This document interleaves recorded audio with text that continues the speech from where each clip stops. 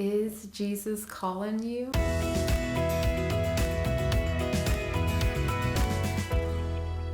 Hey, my name is TJ and welcome to another episode of A Journey of Discovery. If you are new to my channel, I create faith-based content that I release every Monday, so be sure to like, subscribe, and follow so you will be notified whenever a new video is released. I am so excited to launch a new series calling women to arise in their callings and their purposes as wives, mothers, and in their own individual pursuit for more of Christ.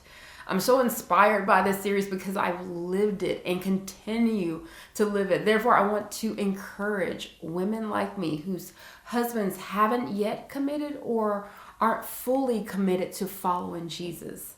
Now, I feel like I've lived on so many sides of this, but yet I have experienced the finger of God upon my life and my family's life because I chose to answer his calling and follow him alone.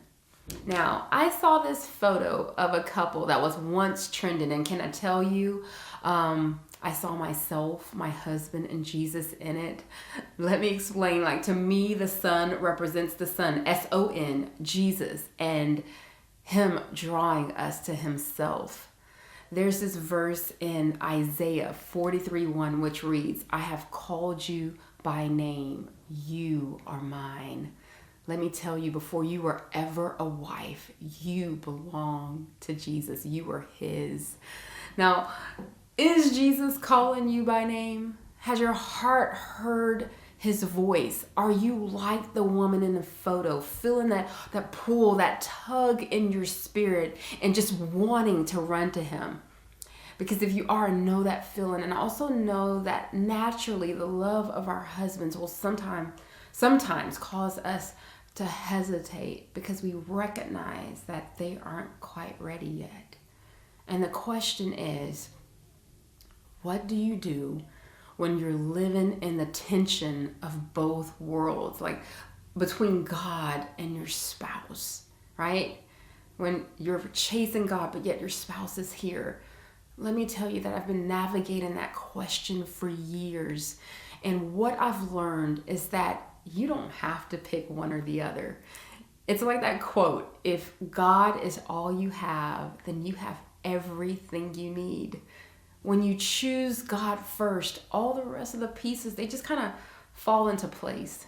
So it may feel like you're leaving your spouse behind on this journey to discover more of God, but I assure you, you are not, because you're carrying him in your heart as you walk with Jesus. You're like lifting him before the Lord with prayers that will cover, carry, and protect him while in that gap. We're praying for the Lord to make himself known to them.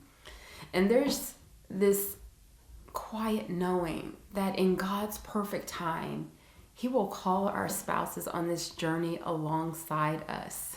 Now, how will your life change if you're this woman ready to take this step of faith to answer this call, trusting that just as God has you, he has your husband too?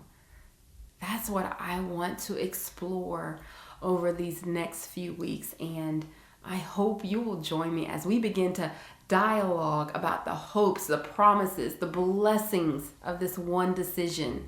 We know from experience that it only takes one small stone to drop in a body of water, and we will be able to see the ripples, right? What if you're that one stone?